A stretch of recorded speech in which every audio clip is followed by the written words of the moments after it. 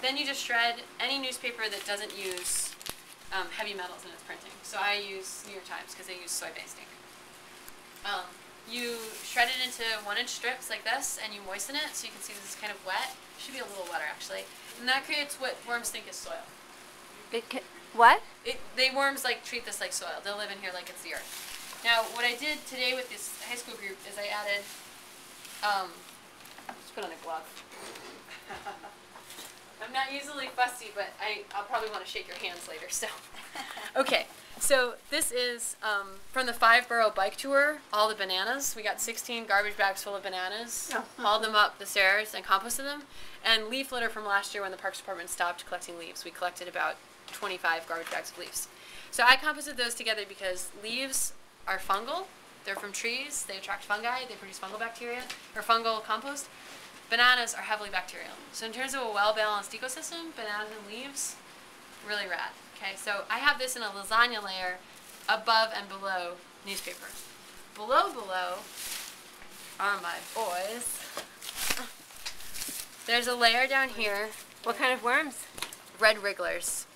There's a layer down here of skinny little guys. Worms.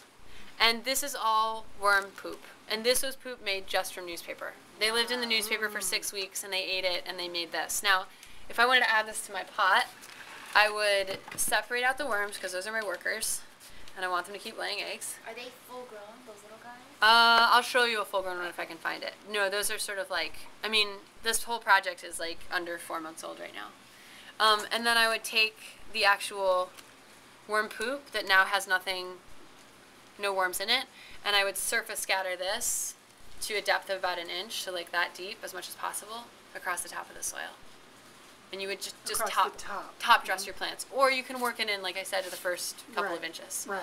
Now, the other thing you're looking for in here, which is where the total mother load is, are eggs.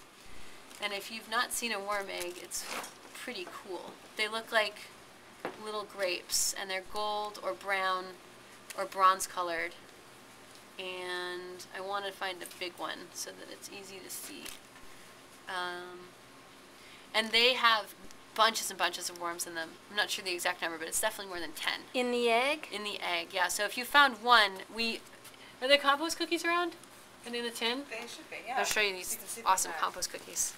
Now, what about worm? You hear about worm castings. These are worm castings. Worm poop. It's just a fancy word for poop. Oh. Yeah. It just means poop. I'm sorry, I probably should have been saying castings all along. You guys are Ooh, that stinks. more refined. Oh, that's probably the banana, sorry. That's okay, it's not your fault. Oh, there's a big fat guy. Yeah. So maybe Chris can show you in the cookies. So the cookies are made from just, you take worm poop and you press it flat. Like a cow pie, right? And you let it dry. You let it, I'll cover this up so it smells good. You let it dry up in the sun. That's all it is. It's not baked. And in the cookie, That was a big...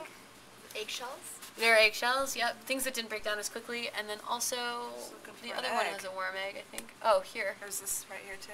No, that's an eggshell. This little dented thing, though, usually it would be like a bright gold, and that little guy's a worm egg.